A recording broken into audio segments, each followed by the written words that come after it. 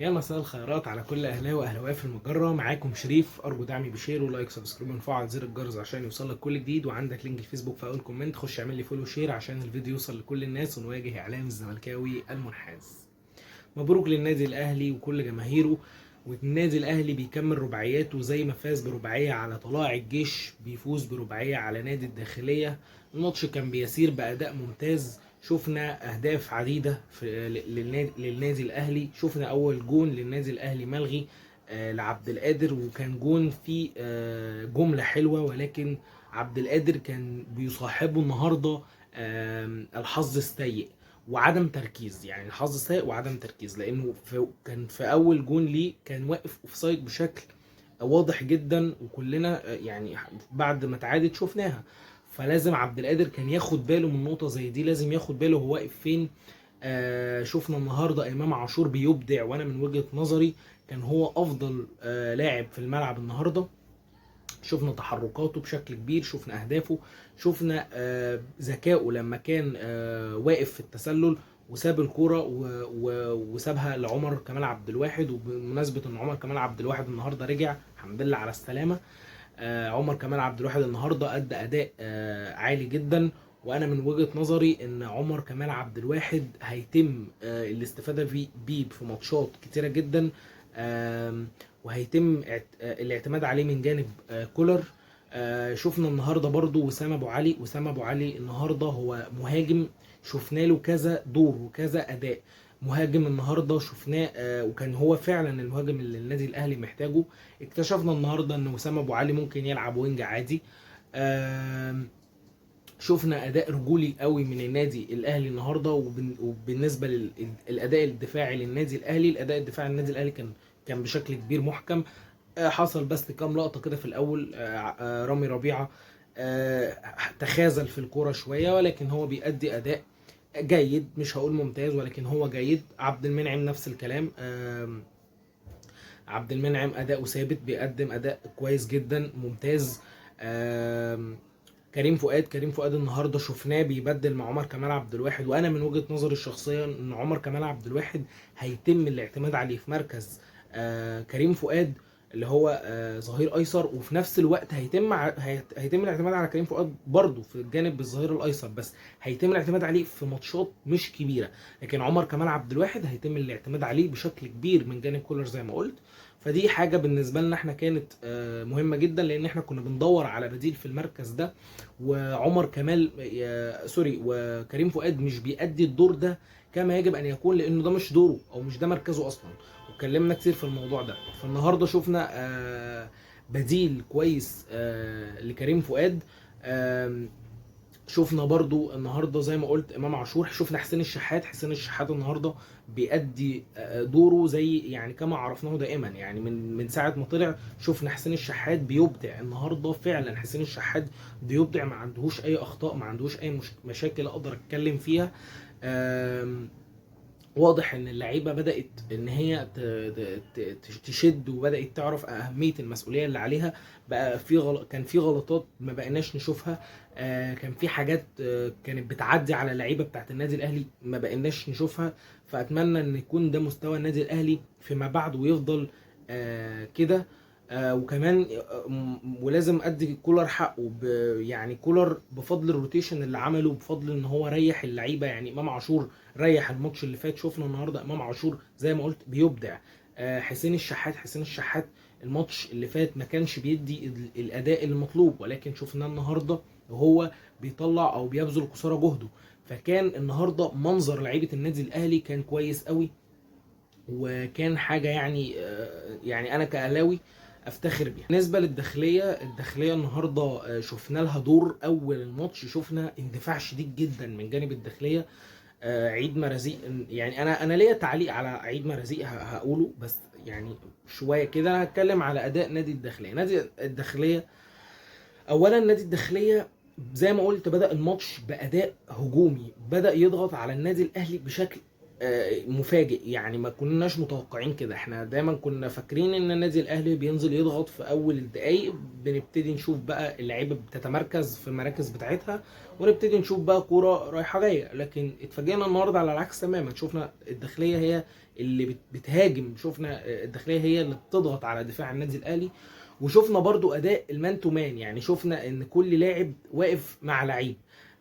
وده هرجع، يعني شفنا في الدفاع مثلا ان هو يعني الاداء الدفاعي في الداخليه النهارده عمل غلطه شنيعه، ودي اللي خلت امام عاشور يعني يكون قدامه يعني فرصه انه يجيب هدف. شفنا النهارده ان المان اللي كان مع امام عاشور سابه ومشي، سابه وجري راح ناحيه الكوره، فانت او راح ناحيه يعني سابه ما مسكوش. فادى لامام عاشور اكتر حاجتين محتاجهم، اللي هما ايه؟ مساحه مساحه هدف، او مساحه يقف عليها، وفي نفس الوقت ايه؟ زاويه هدف. لو انت اتحت لامام عاشور الحاجتين دول، انت كده شوف اجمل هدف في الدوري، او شوف اجمل هدف في حياتك. ليه؟ لان امام عاشور رجله موزونه ما شاء الله عليه يعني. ف فدي كانت مشكله الدفاع بتاع الداخليه النهارده، ان هو ساب امام عاشور، استهى عن امام عاشور.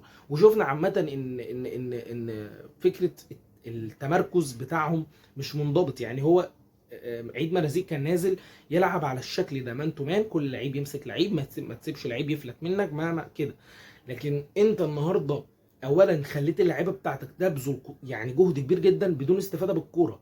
ده غير ان انت ما عملتش ادوار دفاعيه كويسه. يعني انت عملت تمركز، بتلعب مان تو مان، كل لعيب مع لعيب تمام، كل واحد بيلعب او ماسك لاعب تمام، بس انت نسيت تعمل تكتل دفاعي.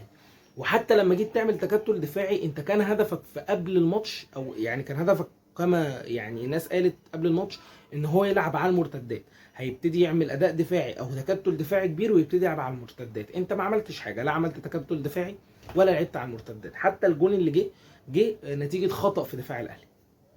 فانت عامه يعني عيد مرزيق برضو يعني ما اتعلمش من الدرس اللي فات، او ما خدش باله من الاخطاء اللي حصلت في الماتش اللي فات. لعب باداء يعني مقفول قوي بالنسبه للعيبته هو، لان انت كده اتحت لعيبه الاهلي ان هم هيفهموا طريقه لعبك، هيشوفوا ان انت بتلعب مان تو مان، فبالتالي هي ما بينهم وبين بعض مش محتاجه حتى تعليمات كولر. يعني هو ما بينهم وبين بعض هيعملوا ايه؟ هيبتدوا ان هم يشوفوا ان كل لعيب ماسك لعيب، طب خلاص تعالوا نغير اماكننا. فيبتدي مثلا اللعيب اللي كان ماسك ده وعارف طريقه لعب ومركز معاه، هيبتدي يتغير اللعيب، فهيبتدي لاعب الداخليه يتشتت، اللي هو ايه ده؟ طب انا انا كنت عامل حساب على ده، ايه اللي جاب ده جنبي؟ هكذا. فشفنا النهارده زي ما قلت خلل في اداء الداخليه، وده اللي خلى نادي الاهلي يعني تتيح له فرصه اكبر ان هو يهدف. يعني مثلا شفنا ان اول هدف بتاع طاهر، لولا يعني شوف طاهر المفروض معاه لاعب، لولا ان هو متسلل وما كانش مركز في المكان اللي واقف فيه، كان هيجيب جون بمنتهى السهوله. ليه؟ لان هو كان مفتوح له مساحه. انت كل لاعب واقف مع لاعب، فانت كده ممكن اي لاعب يهرب، فبالتالي يتفتح له مساحه ويتفتح له الجون، وبالتالي يجيب الجون. فدي كانت مشكله اداء الداخليه النهارده. زي ما قلت عيد مرزيق النهارده كان عنده خطه ان هو يعمل تكتل دفاعي ويلعب على المرتدات. زي احنا ما شفناش ده ولا شفنا ده. فكره انك انت تلعب مان تو مان او تفضل لاعب ماسك لاعب، دي فكره مش صح. ان انت بتجهد اللاعب بتاعك وفي نفس الوقت انت ما بتديش فرصه لنفسك لا تهاجم، لان انت كده ماسك لعيب، ولا انت بتدي نفسك لفرصه تدافع. كل واحد مشغول باللعيب اللي جنبه، فانت ما بتديش فرصه ان انت تعمل اداء. بس فدي مشكله عامه بتقابل اي نادي ضعيف قدام انديه كبيره، ان انت بتنزل باداء دفاعي، بتنزل بتكتل دفاعي، فانت ما بيكونش فيه فرصه ان انت تجيب جون ولا تعمل اي حاجه ولا تدافع كويس ولا لازم بيحصل ثغره منها بيجي جون. يعني عيد مرزيق في الماتش بتاع الدور الاول اللي كان من كام يوم ده برضه عمل نفس الموضوع، عمل دور دفاعي شديد، تكتل دفاعي قوي. شفنا النادي الاهلي بيتيح فرص وبيستغل الفرص وبيجيب الجون. كان الماتش صعب، ممكن كان الماتش صعب مجهد للاعيبه النادي الاهلي اكيد، ولكن في كل الاحوال النادي الاهلي بيستغل الفرص. بس ففي الاخر يعني مبروك للنادي الاهلي. ويعني كان عندي برضو كده حاجه الناس كلها بتتكلم فيها بقى لها يومين، والناس كلها بتتكلم دلوقتي، فكره مين اللي هيفوز بالدوري، نادي الاهلي ولا بيراميدز؟ انا عندي وجهه نظر بسيطه جدا. بصوا، بالقلم والورقه اللي هيفوز بالدوري السنه دي، والله بعيدا عن اي انتماء وبعيدا عن اي حاجه، بس انا بكلمكم بجد، اللي هيفوز بالدوري السنه دي النادي الاهلي، لسببين. اولا النادي الاهلي مستمر في فوزه على الانديه، بيحصد نقاطه، شغال بشكل جيد جدا وامتياز كمان، بيتلاشى الاخطاء اللي بتحصل في الماتشات، فبالتالي بنشوف النادي الاهلي دايما بيكسب الماتشات، وبيحصد نقاط غاليه جدا في طريقه. طيب ده بالقلم والورق. فانا لو شفت نادي الاهلي كده لاخر الموسم او لاخر مباراه ليه في الدوري اللي هي خلاص ما بقتش بعيده، هنفاجئ بان النادي الاهلي بياخد الدوري بفرق نقطه عن نادي بيراميدز. طيب نادي بيراميدز اللي ضغطه الفتره دي اللي بيعمله النادي الاهلي، ان النادي الاهلي اولا بعيد عن كل خلافاته، بعيد عن كل مشاكله، ما بيردش، ما بيطلعش بيانات، ما بيعملش مشاكل، ما فيش حتى اعلامي عنده بيطلع يتكلم، ما بيعملش اي حاجه. الراجل مركز في طريقه، شايف شغله، حاطط اهدافه قدامه، ما بيعملش اي حاجه غير ان هو بيجري وراها. فزي ما قلت بالورقه والقلم الاهلي يفوز بالدوري. اللي بيعمله بيراميدز دلوقتي، احنا شايفين نادي بيراميدز بيشغال وبيكسب وما شاء الله عليه يعني، ومفيش حاجه بعطلاه، ولكن اللي حاليا ضغطه ان النادي الاهلي في ظهره، خلاص بقى لازق فيه كده هو ما بقاش بعيد عنه. يعني مثلا في الاول فريق كان كبير ففي اريحيه لبيراميدز، لكن النهارده خلاص انت ما بينك وما بينه نقاط معدوده. يعني زي ما قلت لو النادي الاهلي فضل ماشي بنفس المستوى ده لاخر الموسم ان شاء الله هيتم فوز النادي الاهلي بالدوري، شئت ام ابيت. ودي فكره بقى او النقطه اللي انا بتكلم فيها، اللي هو ايه، انت النهارده هتلعب بالشكل اللي هو المطلوب هتفوز. لكن نادي بيراميدز النهارده احنا بنشوف نادي بيراميدز النهارده، وانا قلتها في الفيديو اللي فات على فكره، قلت النادي بيراميدز الفتره دي مضغوط، بيعمل الكلام ده كله بيانات طالعه ولغوشه واعلام وقصص واعلام الزمالك طالع في ظهره. كل ده ليه؟ علشان يبتدوا يحطوا نادي الاهلي تحت ضغط، تحت ستريس، اللي هو ايه، انا مركز معاك اهو مش سايبك تيجي يمين ولا شمال مني. ولكن النادي الاهلي لا يعير اهتماما، مش مهتم. النادي الاهلي بيفضل مكمل في طريقه نحو الفوز. لكن نادي بيراميدز احنا زي ما شفنا بيانات، مشاكل، حاجات، خناقات ملهاش لازمه، كل خناقه بتجر وراها 10 مشاكل. نادي بيراميدز بيحرك الدنيا بمزاجه. شفنا مثلا المنتخب الاولمبي وهو بيجيب اللعيبه يعني بينقي اللعيبه او بيختار اللعيبه، شفنا ان كل الانديه ما كانتش معترضه على فكره ان اللعيبه اللي هي في السن المنتخب الاولمبي ان هم يروحوا المنتخب، الا مين؟ نادي بيراميدز. ليه؟ علشان عايز اللعيبه بتاعته يستفاد بيها في ماتش النادي الاهلي. للدرجه دي نادي بيراميدز ما عندوش ثقه في صفوفه كامله انه يقدر يلعب بيها ماتش الاهلي. يعني احنا دايما كنادي اهلي، انا بس بعرفكم الفروق ما بين نادي زي النادي الاهلي وامكانيه انه يفوز بالدوري، ونادي زي نادي بيراميدز ما عندوش اي مبادئ او اي حاجه يقف عليها ويقول انا عايز اخد الدوري. نادي الاهلي عنده مبدأ واحد، الاهلي بمنحدر، لعيب مصاب. انت عندك النهارده ماتش فيه 6 اساسيين مش موجودين، غيابات بالجمله. والاهلي لعب وفاز 4-1 وكان بيأدي اداء فوق الرائع. انت عندك لو غاب لعيب ولا 2 بتقلب الدنيا. خلاص يا باشا، انا خلاص. الفيديو اللي فات انا قلت لكم ان الاتحاد بيفكر ان هو يأجل السفر، حصل والسفر اتأجل ليوم 13، كان المفروض يسافروا يوم 10، ما سافروش. مش هيسافروا يوم 10، هيسافروا يوم 13. ده ليه؟ علشان النادي زي نادي بيراميدز مش عايز يطلع اللعيب بتاعه المنتخب الاولمبي.